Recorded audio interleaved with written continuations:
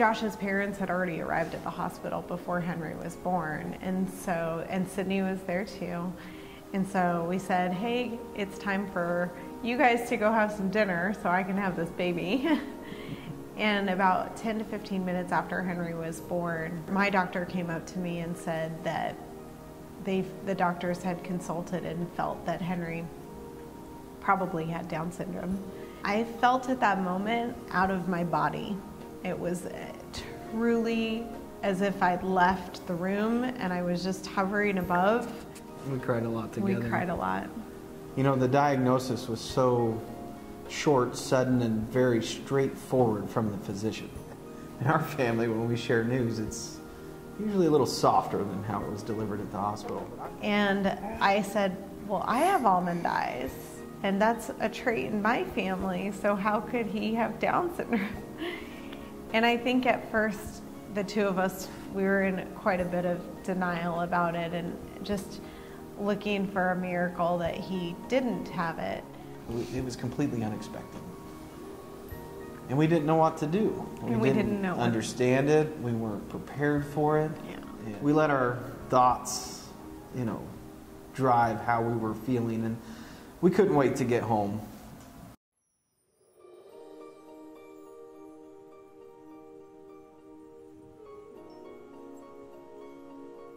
And I think that grief and pain of you're disappointed that you don't have a child that you expected, or that it's not going to be the road or path that you expected. That's okay to feel. And there are days when I still think about how hard this is and how different it is for him than it was with our first child. And I think that that's just part of the experience. It's just part of your journey. I wanted a football player. I wanted a wrestler. But now that a year's gone by, Henry could be a football player. He could wrestle. He can do whatever he wants. And it's all up to us and him. So just know it's not a life sentence. The hospital can be difficult. You've probably already been through it if you're seeing this. And just know it's all right.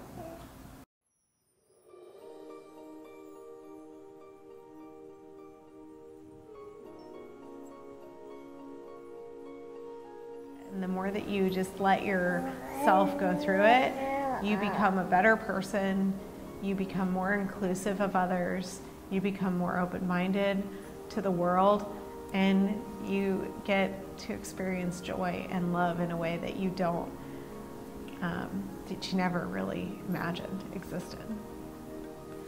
It's a joy pain. Now. It's not pain anymore. It's just hard to, it's still so fresh. And I don't know. Does that make sense? It's still in the back of my mind, and I don't think that's ever going to change. But I think we'll have made more memories that kind of bring out the excitement, because it's not any different than when Sydney was born. We still cried when Sydney was born. Yeah. We were so excited. This time we just had an unknown that we were unexpected for. I actually think that it's a gift. I think that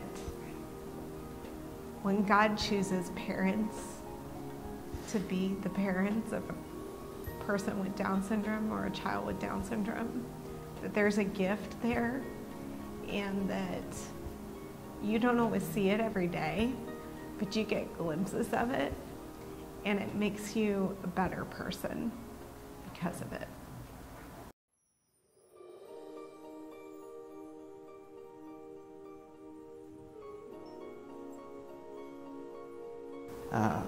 Since Henry's only our second child and we've only had one, it was still a learning scenario regardless. We have the civil rivalry. We have all the fun stuff. Sydney the 4-year-old and Henry the baby.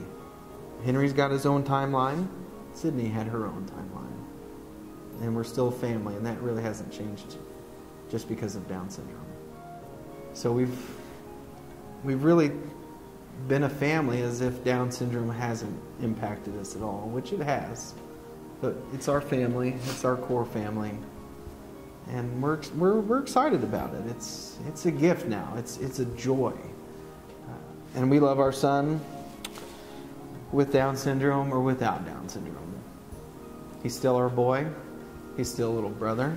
He's still a grandson. He's still a great grandson, and most importantly, He's our son. he's our son. What's your favorite thing to do with Henry? Play with him.